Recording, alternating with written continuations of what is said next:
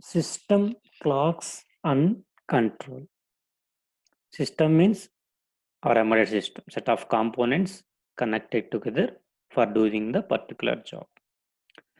While performing the operations, we require some clock reference, means timing references. At what time we need to do the task, or how many times we need to perform the operation. Like the timing reference is required for performing the operations in the embedded system. For that, we are using clocks in the embedded systems. So all microcontrollers contain a clock module to drive the CPU and peripherals. So there are different types of clock signals generated in the embedded system. Those are system clock, USB clock, pulse width modulation clock, UART baud clock, and analog to digital conversion clock. So first, we are using different oscillators to generate the clock signals.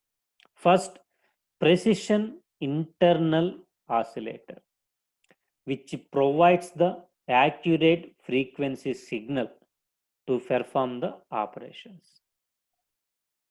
So the precision in oscillator is an on-chip clock source which provides a 16 megahertz clock. It doesn't require the use of any external components. Means it contains on-chip oscillator which provides a 16 megahertz clock signal, and it doesn't require any external components. Next, it reduces the system cost. So we are not using any external components. That's why no need of the purchasing the external peripherals. So we are reducing the cost. So the precision in oscillator allows for a reduced system cost in applications that requires an accurate clock source. Whatever the applications which require accurate clock signal, so for that purposes, this oscillator provides the accurate clock signal without purchasing the external peripherals. So we are reducing that external peripherals cost here by using this one. So microcontroller uses precision in oscillator during and following power on reset. So whenever your system is on, automatically will be resetted. So by using this precision oscillator for providing the accurate timing reference. If the main oscillator is required, so if you are using the main oscillator, the software must be enabled. Enable the main oscillator following reset and allow the main oscillator to stabilize before changing the clock reference. So if you want to use the main oscillator at that time, you can reset this precision oscillator and use the main oscillator to provide the corresponding clock signal. So main oscillator. So the main oscillator provides a frequency accurate clock source by using two different methods. One is we can connect the external oscillator to provide the clock signals, and another is external single ended clock source is connected to the oscillator 0 of the input pin, or any external crystal is connected to across the oscillator input and oscillator 1 output. Oscillator 0 input and oscillator 1 output pins.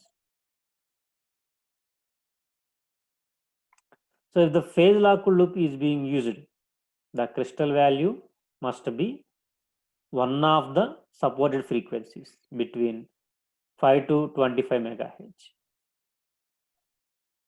If the PLL is being used, means phase lock loop is used, the crystal value must be one of the supported frequencies between 5 megahertz to 25 megahertz.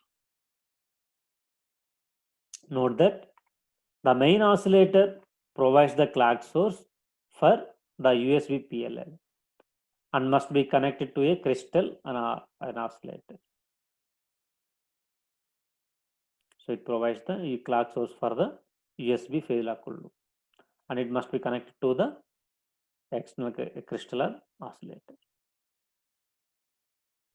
Next, low frequency oscillator. So low frequency internal oscillator. The name itself indicates it generates the low frequency signals around 32 kilohertz in the kilohertz. So the low frequency internal oscillator is intended for using during deep sleep power saving modes. So while using, we are using based on the peripherals. Some of the peripherals require high clock signals, that is high speed operations, 1 Mbps baud rates, data rates. Some applications requires low speed in the kilobytes, like 1 minute or 2 minutes, like that operations. So based on that one, you can use corresponding oscillator which generates the corresponding frequency. Main oscillator generates the clock signal of 5 megahertz to 25. Precision oscillator provides the accurate frequency, that is around 16 megahertz. Low frequency oscillator used in the deep sleep modes. This power savings mode benefits from reducing internal switching. That means we don't need to use the fast low frequency to high frequency to low frequency, like the fast charging and discharging we are avoiding here. So fast, automatically we can save the power and allows the main oscillator to be powered down. So we are off the main oscillator, so we can reduce the power consumption. So if we are not using this, what is the use of main oscillator? So we are stopping that one. So by stopping that one, whatever the power consumed by the main oscillator, that will be saving here. In addition, the precision oscillator can power down while in deep sleep mode. So this oscillator will be stopped in the deep sleep mode. Next, hibernation module clock source. So all these are different clock signals which are used in different purposes. So based on the speed required, either 1 Mbps speed, 1 kbps speed, 1 second or 1 microsecond, whatever the operation time, based on that we can use corresponding oscillators to generate the corresponding clock signals. So hibernation module is clocked by 32.768 kilohertz. Oscillator connected to the oscillator 0 pin, external oscillator 0 pin. The hibernation module is clocked by 32.768 kilohertz oscillator connected to the external oscillator, X oscillator 0 pin. X means external oscillator 0 pin. This frequency, the 32.768 kilohertz oscillator, can be used for the system clock, thus eliminating the need of additional crystals. So system off whenever we are switch off the system, at that time internally clock, the timer will be running. For that also we require some timing difference. So at that time we are using this oscillator for providing the timing signals to that one. So this 32.768 kilohertz oscillator can be used for the system clock, thus eliminating the need of additional oscillators. The hibernation module clock source is intended to provide the system with a real-time clock source and may also provide an accurate source of the deep sleep or high mode power savings. The main purpose of this hibernation module is which provides the system with a real-time clock sources and may also provide the accurate source of deep sleep or hibernate mode power saving. Next, For controlling these clock signals, we are using different control registers. That is a run mode, sleep mode, deep sleep mode, clock gating control circuits. So for power saving purposes, the peripheral specific R means run mode, clock gating control, sleep mode, clock gating control, deep sleep mode, clock gating control registers control the clock gating logic for that peripheral or block in the system while microcontroller is in run or sleep or deep sleep modes respectively. So based on the mode we are operating the system at that time, by using corresponding register, we can control the system. If you are operating run mode means you can use run clock mode control register. If you are operating sleep mode means we are using sleep mode clock gate control. If you are operating deep sleep mode means deep sleep mode clock gating control register. We can use corresponding register for performing the corresponding controlling the corresponding system. These registers are located in the system control register mapping starting at offsets of 600, 700 and 800 respectively. There are registers offset address is 600, 700 and 800 respectively. There must be a delay of 3 system clocks after a peripheral module clock is enabled in the run mode clock gating control register before any module registers are accessed. Their offset addresses are 600, 700, 800 and there must be delay of 3 system clocks after a peripheral module clock is enabled in the run clock gating control register before any module registers are accessed. So these are the different control registers. First, run mode clock gating control watchdog timer. So this control the watchdog timer. Watchdog timer run mode clock gating control. Next, timer run mode clock gating control. General purpose input and output pin run mode clock gating control. Next, direct memory access run mode clock gating control register. Next, UART run mode clock gating control unit register. Next, synchronous serial interface run mode clock gating control register. Next, I2C run mode means inter-integrated circuit run mode clock gating control register. USB universal serial bus run mode clock gating control circuits. Next, CAN control area network run mode clock gating control circuits. Analog to digital conversions run mode clock gating control circuits.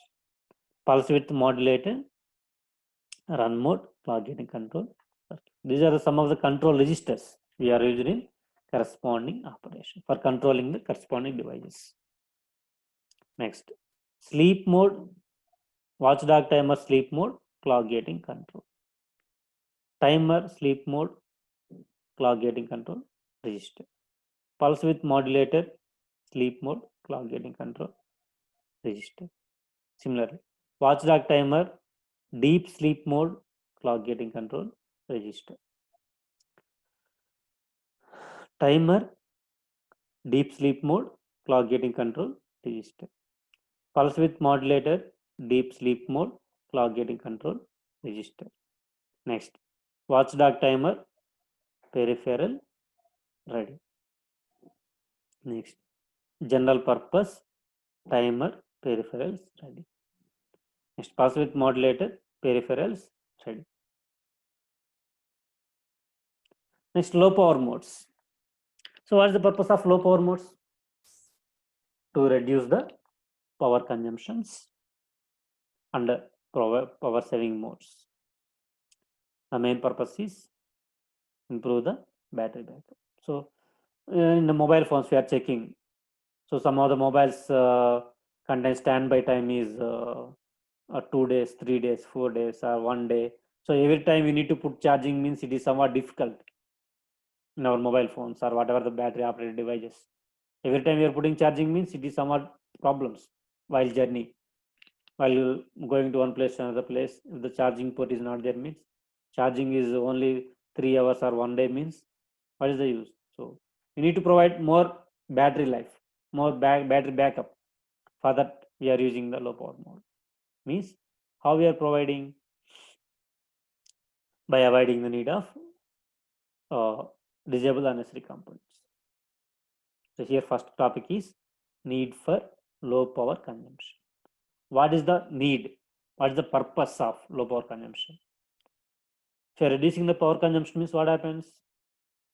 Automatically the standby time increases.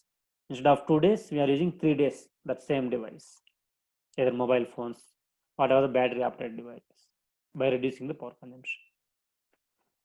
What happens? Automatic power consumption reducing means heat dissipation reduces. Heat dissipation reducing means no need of cooling fans, reducing the cooling fans, and whatever the cost of that cooling fans, whatever the size occupied in the system of the cooling fans, that will be avoiding here. Example, our mobile phones. So principles for low power applications. So provide the clock of different frequencies by using frequency scaling. We provide the low supplied voltages by using voltage scaling. Turn off clocks when no work to do by using clock gating control register. So by using clock gating control register, we can disable the unnecessary clocks. Use interrupts to wake up the CPU, return to sleep when done. So when our task is completed, the CPU goes to the sleeping mode by using the interrupts. Peripherals should be switched only when needed. And it means whenever required, we can come to the active mode. Otherwise, we are in the sleeping mode. Thus, we are reducing the power consumptions. So there are, so run mode means we are calling active mode. Sleep mode, deep sleep mode, hibernation mode with VDD 3 on or with real-time clock, without real-time clock. These are called standby time. Run mode means all peripherals are actively executing. Sleep mode means processor and memory are not using, means disable the processor and memory. Hibernation means most of the devices are, whatever the device we are not using, all those are going to the sleeping mode. Whatever the hibernation circuit, only active mode, remaining on switch off that one. So you can check the current consumptions in different modes. So in case of run mode, the power 32 milliamperes power will be consumed in the run mode. In sleeping mode, the power consumption reduces to 10 milliamperes. In deep sleep mode, the same 32 milliamperes is reduces to 1 milliamperes. In hibernation module with VDD on, in that module, the power consumption is, that means current consumption is 5 microamperes. So we are reducing this 32 milliamperes to 5 microamperes. You can check it once. How much power will be saving here? In the hibernation module with real-time clock, the the current consumption is 1.7 microamperes. In the hibernation module without real-time clock, the current consumption is 1.6 microamperes. So we are reducing 32 milliamperes to 1.6 microamperes. Check the compare this one. How much current consumption will be reducing here. Similarly, voltages. In the run mode, it uses 3.3 volts. Sleep mode, 3.3 volts. Deep sleep mode, 3.3 volts. Hibernation with VDD on, that is 3.3 volts. The hibernation real-time clock, the voltage is reduced to 0. Without real-time clock also, the voltage is 0. Next, battery voltage. So run mode, sleep mode, not sleep mode, up to this one, not applicable. In the hibernation module, we are using 3.3 volts battery voltage. In hibernation module with VDD on, with real-time clock, without real-time clock. These are 3 volts. Next, system clock. So in case of run mode, it generates 40 megahertz kilo signal, 40 megahertz signal. So how much power will take to generate this 40 megahertz signal? So sleep mode, 40 megahertz. Deep sleep mode, 30 kilohertz. In the hibernation module, the system clock, that means CPU clock, will be off. In all hibernation modules, with VDD on, with RTC, without RTC. In the core components, run mode, the power is on up to the deep sleep mode. In case of hibernation module, the power is off. In the run mode only, the core is clock. Remaining CPU is in off condition. In the run mode only, the code will be executed. Remaining modes not applicable.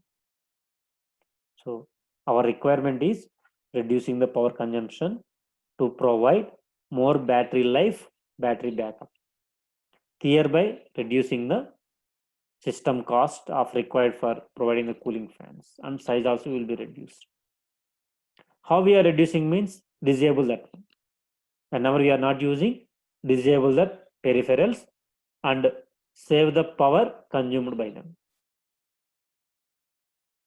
So for that, we are in different modes: run mode, sleep mode, deep sleep mode, hibernation with VDD on, hibernation RTC, hibernation without RTC. So in the hibernation module, it manages removal and restoration of power to provide a means for reducing system power consumption. When the processor and peripherals are ideal, power can be completely removed with only the hibernation module. The hibernation module can be independently supplied from external battery. So whenever in the hibernation module, the power will be off. So battery, in the battery based, it will be works. By using battery, it will works. So whenever we are want to use that system, at that time, we can use wake up mode. An external wake up event or real-time clock event is required to bring the microcontroller unit back to run mode. So by using the real-time clock or external wake up mode, that comes from hibernation module to active mode or run mode. So this hibernation module has the following features. That means it contains 32-bit real-time seconds counter with 1 by 32,768 seconds resolution. It contains 15-bit sub-seconds counter. It contains two mechanisms for power control. Those are system power control, on-chip power control. It contains dedicated pin for waking using external signals. The hibernation module contains dedicated pin for waking using an external signals. It contains low battery detection, signaling, and interrupt generation. It clock sources from 32.768 kilohertz external crystal or oscillator. GPIO pin state can be retained during hibernation module. Retained means same, atlane untundi. So same position. 16 32-bit words of battery backup memory to save state during hibernation. 16 32-bit words of battery backup memory to save state during hibernation module. So real-time clock operational and hibernation mode memory valid as long as VDD battery is valid. So here the interrupt may occurs a real-time clock match, external wake up, low battery. This is the hibernation module circuit diagram. The clock source, will generate the clock. It's connecting with external oscillators, oscillator 0 and 1, to provide the clock signals. Hibernation control, clock 32 enable. So hibernation module, real-time clock. So this real-time clock contains hibernation RTC, CLD, CMO, CSS, low battery mode. So whenever low battery wake up comes, it will be wake up. Whenever external wake up occurs, it will be wake. Or using real-time clock, this will be wake up. These are the interrupts in the hibernation. So here we are in different signals. Oscillator 0. This oscillator hibernation module oscillator crystal input or external clock reference input. Note that this is either a 32 kilohertz crystal or 32.768 oscillator for the hibernation module real-time clock. Oscillator 0 pin. Oscillator 1 pin. Hibernation module oscillator crystal output. Leave unconnected when using a single-ended clock. Next, wake, an external input that brings the processor to switch hibernation mode to run mode. V battery, power source for the hibernation module. It is normally connected to the positive terminal of the battery and serves as the battery backup. Hibernation module power supply. Power is arbitrarily removed from VDD while a valid battery is applied. Hibernation, HIB, an output that indicates the processor is in hibernation module. Just display. Whenever it is in hibernation mode, it is in 1. This hibernation module power source is determined dynamically. So the supply voltage of the hibernation module is larger than the main voltage source or the battery or auxiliary voltage source. The hibernation module also has an independent clock source to maintain a real-time clock when the system clock is powered down. It contains the independent clock to maintain the real-time clock source when the system clock is powered down. Hibernate mode can be entered through 1 or 2 ways. When it will enter into the hibernation mode. One is the user initiates hibernation module by setting the hibernation request bit in the hibernation control register. Our power is arbitrarily removed from VDD while a valid battery is applied. So in these 2 ways, the system comes into the hibernation module. One is anyone request to this hibernation request bit in the control register. At that time, it will come to the hibernation module. Or power is arbitrarily removed from the VDD while a valid battery is applied, and that time only it will comes to the hibernation module. This hibernation module provides 2 mechanisms for power control. First one is first mechanism uses internal switches to control the power to the Cortex M4F as well as to most analog and digital functions while retaining IO pin power. Second mechanism controls the power to the microcontroller with a control signal hibernate that signals an external voltage regulator to turn on off. So here 2 mechanisms for controlling the power of the hibernation mode. First mechanism, it uses internal switches to control the power to the Cortex M4F as well as to most analog and digital functions while retaining the IO pin power. Second mechanism is controls the power to the microcontroller with a control signal hibernation that signals an external voltage regulator is turned or turned off. When waking from hibernation, the hibernation signal is de-accepted. Battery management. The hibernation module can independently powered by a battery or an auxiliary power source using the battery pin. This module can monitor the voltage level of the battery and detects when the voltage level is below the low battery. The voltage threshold can be between 1.9 volts to 2.5 volts.